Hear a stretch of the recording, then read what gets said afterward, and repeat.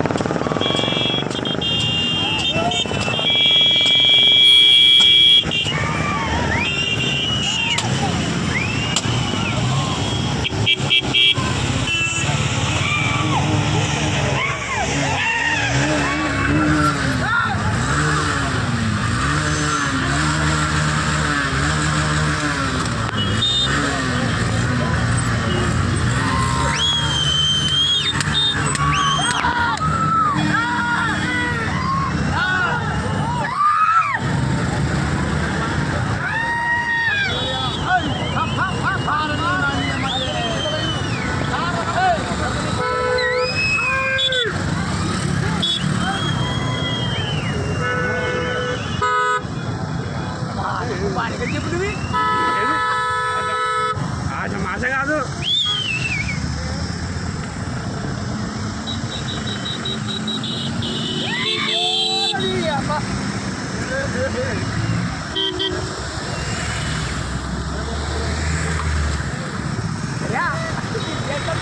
ఏదో చూడు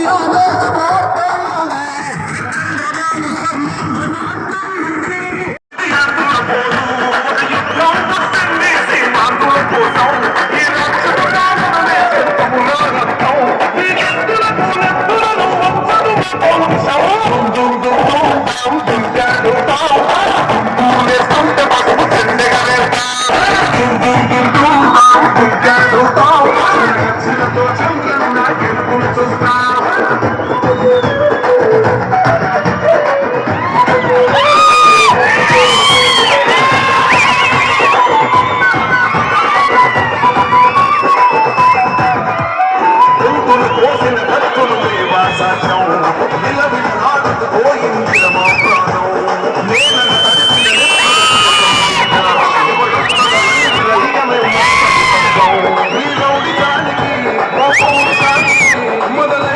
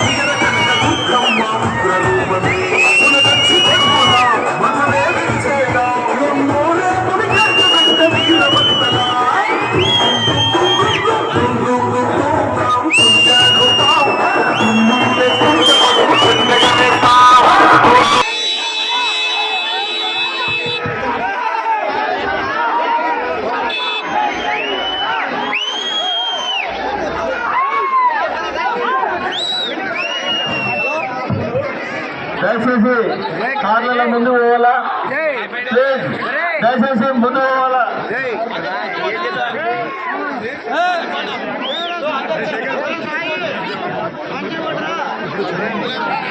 ఈరోజు మన చిరకలపాటు ఆమ్లెట్ విలేజ్ కృష్ణాపల్లికి మన ఎంపీ క్యాండిడేట్ నారాజు గారికి, మన ఎమ్మెల్యే క్యాండిడేట్ మన శ్యాంబాబు గారికి, ఇల్లు మనం గణేశ్వర గారికి, మన కేవీ కొడుకు నిఖిలేష్ గారికి, అదేవిధంగా ఇక్కడికి వచ్చిన ప్రతి ఒక్కరికి నా హృదయపూర్వక నమస్కారాలు తెలుపుకుంటున్నా. ఈరోజు ఎంత స్వాగతం పలుకుతుంటే ఈ కృష్ణపల్లి గ్రామ ప్రజలు సంతోషంగా ఉంది. ఎన్ని అడ్డంకులున్నా ఎదుర్కొని ఈ గ్రామానికి రావడం జరిగింది.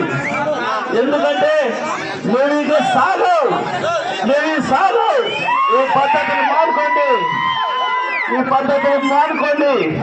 ఎందుకంటే ప్రజలు చైతన్యమైనారు. పాత కాలం లేదు, నా కాలం మర్చిపోయింది. మేము గతంలో డిప్యూటీ సీఎంగా ఉన్నప్పుడు, మేము ఎల్లుపి ఎంపీగా ఉన్నప్పుడు ఈ గ్రామానికి వచ్చి ప్రతి ఒక్కరికి పింఛని ఇంటింటికి పిచ్చే అలవాటు నేర్పించినాము. గతంలో లేదు. మా పెద్ద ఆశయంతో ప్రతి ఓటు తారీఖు వచ్చి గ్రామ ఇంటింటికి పింఛన్ పంచేది నేర్పించినాం. అదేవిధంగా గ్రామ ప్రజలకి ఎప్పుడు కేవీ వాళ్ళు అండదండలు ఉంటారు, ఏమి భయపడాల్సిన అవసరం లేదు. కాబట్టి మీరు ఇంత అపూర్వ స్వాగతం తెలిసినందుకు మీ అందరికీ నా హృదయపూర్వక నమస్కారం తెలుపుకుంటూ, ఇప్పుడు మన పంచలింగాల గురువనారాయణ మాట్లాడాల్సిందిగా పెట్టి మాట్లాడాల్సిందిగా కోరుకోవడం జరుగుతుంది.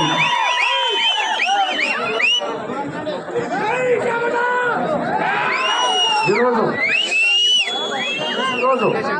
పత్తికొండ నియోజకవర్గంలో నేను ఎన్నో గ్రామాలు చూశాను, ఎన్నో గ్రామాల ప్రచారానికి పోయాను. కానీ ఎక్కడ పత్తికొండ నియోజకవర్గంలో కనీవిన విధంగా ఈ గ్రామానికి ఇంత బాధ్యత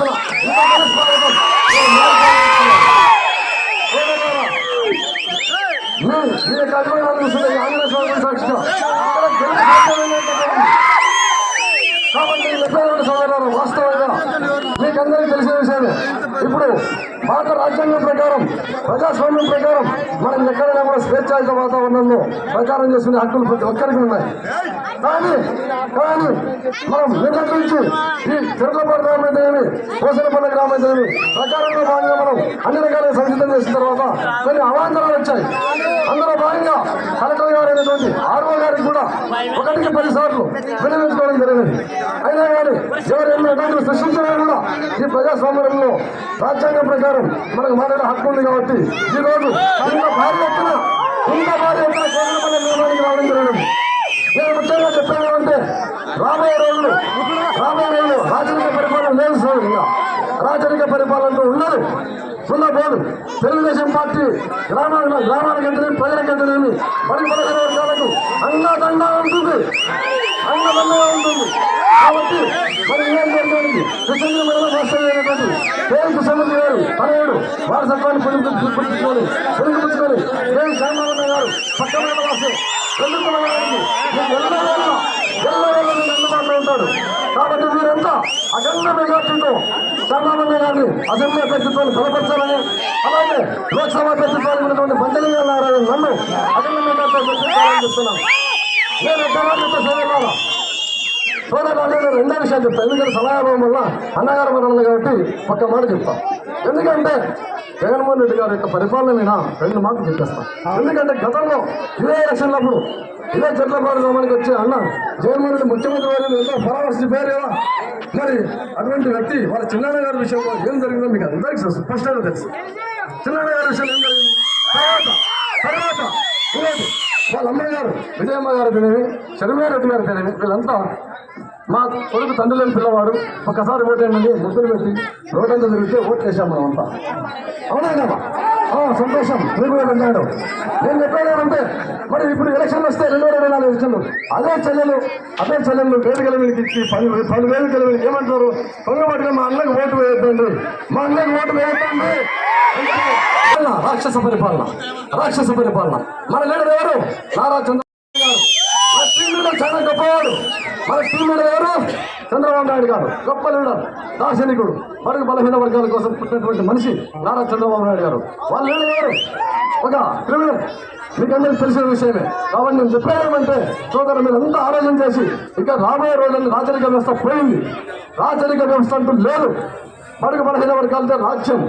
కాబట్టి ప్రజలంతా చైతన్యవంతులై ప్రతి ఒక్కరూ మన లీడర్ ఎట్లా ఉన్నటువంటి ఉండాలా, మన గ్రామాలు ఏ విధంగా సుభిక్షంగా ఉండాలా అని ఒక్కసారి మీరంతా ఆలోచన చేసుకుని విఘ్నలై ప్రతి ఒక్కరూ తెలుగుదేశం పార్టీని అఖండ మెజార్టీతో గెలిపించాలని కోరుకుంటాను. అంతేగాక ఈ గ్రామానికి, ఎందుకంటే నాకు ఈ గ్రామంతో ఎంత అనుబంధం ఉంది, నేను మా సొంతం చిన్నాడ గారు ఇక్కడ రాను ఈ టెంపుల్ పక్కన ఉన్నటువంటి వీళ్ళు తెలిసిన విషయమే. ఒక్కసారి నాకు ఈ గ్రామంతో నాకు బంధం ఉంది కాబట్టి, అన్నగారికి పట్టమండలమే కాబట్టి ఒక్కసారి మా ఇద్దరిని గెలిపించుకోండి. మేము ఒక జోడితో పరిగెత్తి ఈ గ్రామాన్ని దశ మార్చేవాళ్ళని మీకు ఏ కావాలి ఎప్పుడు కావాలి అందుబాటులో ఉంటాం. మేము ఏ టైం అందుబాటులో ఉంటాం, ఏ క్షణమైన అందుబాటులో ఉంటాం. కాబట్టి మీరు విఘ్నలై ఆలోచన చేసి మా ఇద్దరికి ఒకసారి అవకాశం ఇవ్వండి. ఏమైనా కూడా ఈ కోసలపల్లి గ్రామాన్ని పోయినంత దూరం మీరు కాలం ప్రకారం కాలబద్ధం మారాలి మీరు. కాబట్టి దయచేసి సోదరులారా మీరంతా మమ్మల్ని ఇద్దరిని అఖండ మెజార్టీతో గెలిపించాలని కోరుకుంటాను. నేను చివరిగా ఒక మాట చెప్తా, చివరిగా ఒక మాట చెప్తా మీకు. నేను ఒక అతిపేద రైతు కుటుంబం అని అయితే ఒక ఎంపీటీసీ స్థాయి నుంచి ఎంపీ పోస్ట్ ఇచ్చారంటే తెలుగుదేశం పార్టీ యొక్క ఘనత. ఒక ఎంపీటీసీ నుంచి ఎంపీ వచ్చిందంటే కురవ కులానికి 40 ఏళ్ళు అయితే కూడా మనకు ఈ కురవ కులస్తులను ఏ పార్టీ గుర్తించలేదు ఎక్కడ కూడా. కానీ తెలుగుదేశం పార్టీ గుర్తించి మనకు దేశంలో అత్యున్నతమైన పదవి ఏదైనా ఉందంటే లోక్సభ అనేది. దేశంలో అత్యున్నతమైన పదవి ఏది? లోక్సభ. నరేంద్ర మోడీ గారు కూర్చున్నటువంటి సభ. అటువంటి సభకు ఒక గ్రామం నుంచి ఎంపీటీసీ స్థాయి నుంచి ఎంపీకి ఇచ్చినట్టే ఒక్కసారి మీరు విజ్ఞానం ఆలోచించండి. కాబట్టి మీరంతా ఏకతాటి మీద వచ్చి మా ఇద్దరిని అఖండ మెజార్టీతో గెలిపించాలని కోరుకుంటూ, ఎందుకంటే మిమ్మల్ని అందరినీ 2 చేతులకి పాదాభివందనం చేసి ముక్కున్న సోదరు ద్వారా ఏ మాత్రం పొరపాటు దయచేసి వచ్చేసి కోరుకుంటూ ఈ అవకాశం ఇచ్చిన పెద్దలకు నమస్కారం తెలియజేస్తూ వినియోగించుకుంటాను.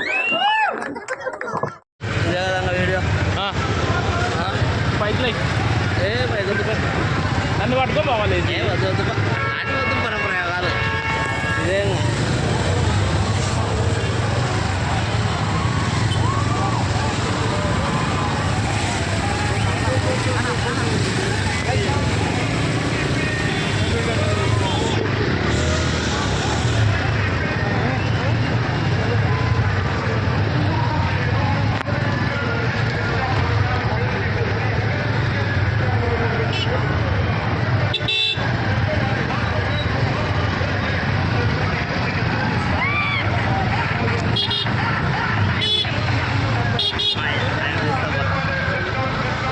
నమస్తే కాదు సార్.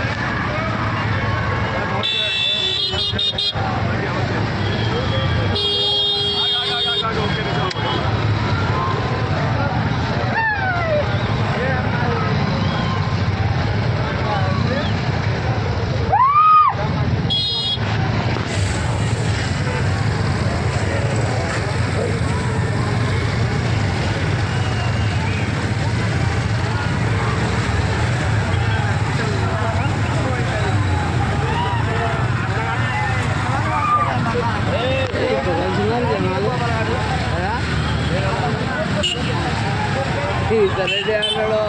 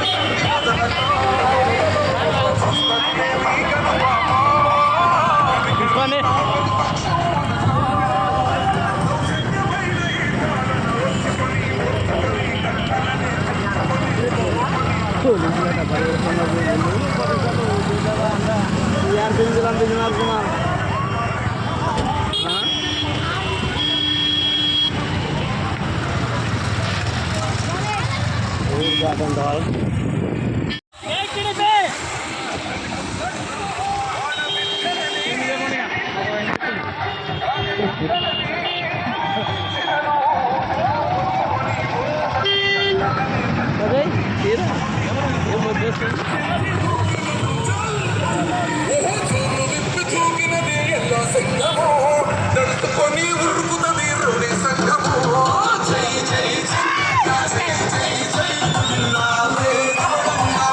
అడుగై సంగని పెట్టినది తెలుగుదేశము మార్చుకుంటది ఆంధ్ర రాష్ట్రము జై జై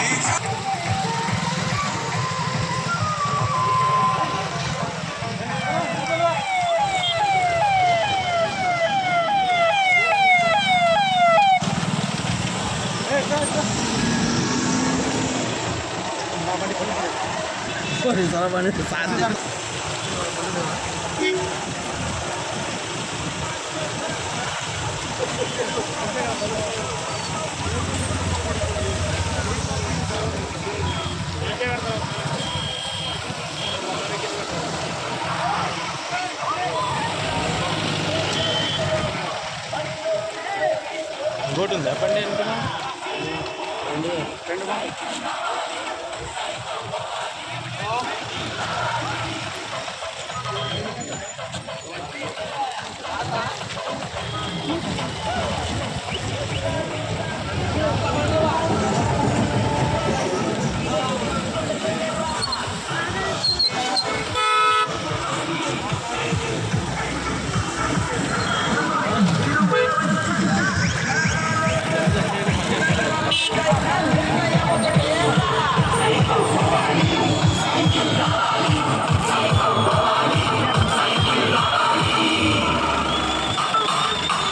It's about time to break it down.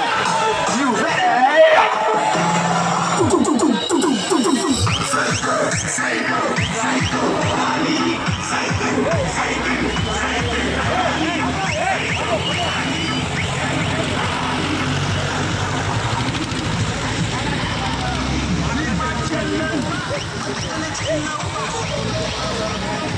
గారికి అలాగే ఈ ప్రజారథం పైన ఉన్న మన పంచనిగల నాగరాజన్న గారికి అలాగే జ్ఞానేశ్వర్ గౌడ్ గారికి నా సోదరుడు శ్రీ ప్రతాప్ పరయుడు నిఖిల్ గారికి అలాగే బలరామన్న గారికి ఆయుధరెడ్డి అన్న గారికి మరి ప్రతి ఒక్కరు రామచంద్ర నాయుడు గారికి ప్రతి ఒక్కరికి నాగేశ్వర రెడ్డి గారికి ప్రతి ఒక్కరికి నమస్కారాలు చెప్తూ ముఖ్యంగా నాతో పాటు ఎవరైతే ఈ రోజు ఇక్కడికి దసరబలికి వచ్చిన ప్రతి ఒక్క టీడీపీ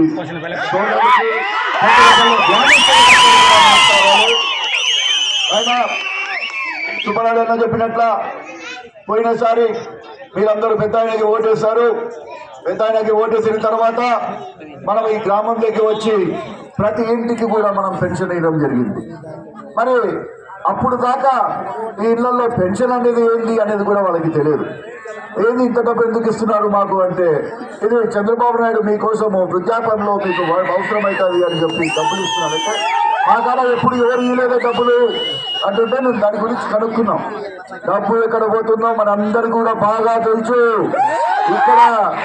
ఇక్కడ ఇంకా స్వాతంత్రం అనేది మనకి ఈ చెరుకులపాడికి కొసరపల్లికి ఇంకా స్వాతంత్రం రాలేదు.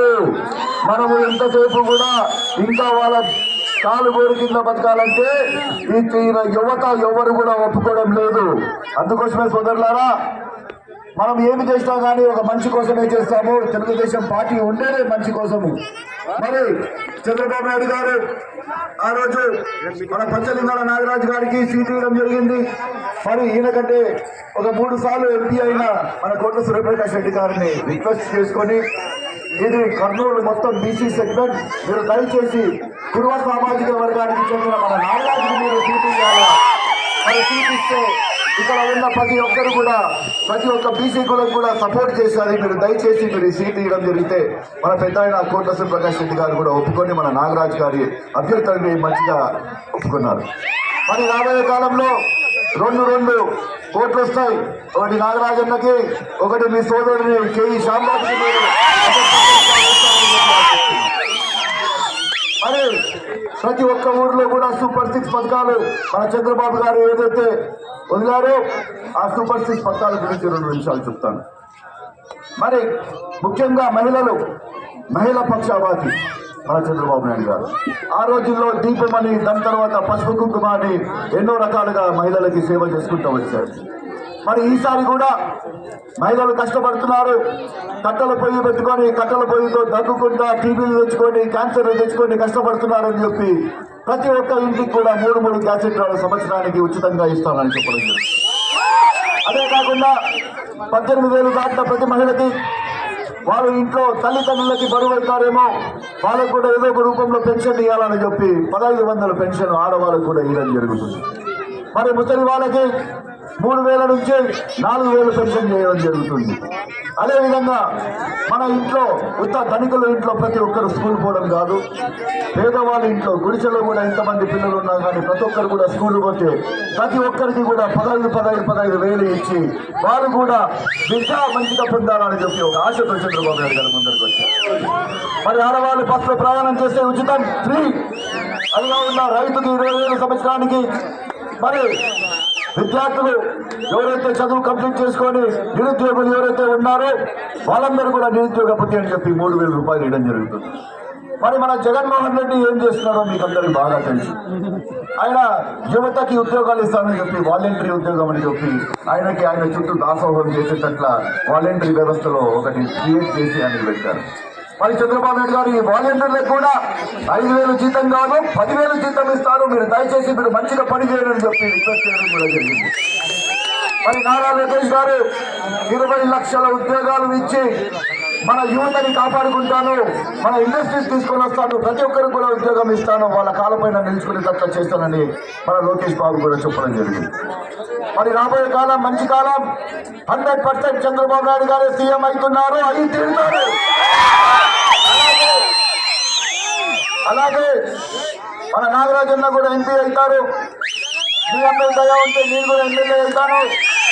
లేకుండా ఏదైతే ఆ రోజు పెద్ద ఆయన కె కృష్ణమూర్తి గారి ఆధ్వర్యంలో మనము ప్రాజెక్టులు తీసుకొని వచ్చామో ఆ ప్రాజెక్టు ప్రతి ఒక్క కుటుంబానికి ప్రతి ఒక్క పొలం దాకా మనం నీళ్లు తీసుకొని పోయి మన బంగారం మనం పండించుకునే కష్టపడి చేస్తామని మనం చేసుకుంటున్నాం.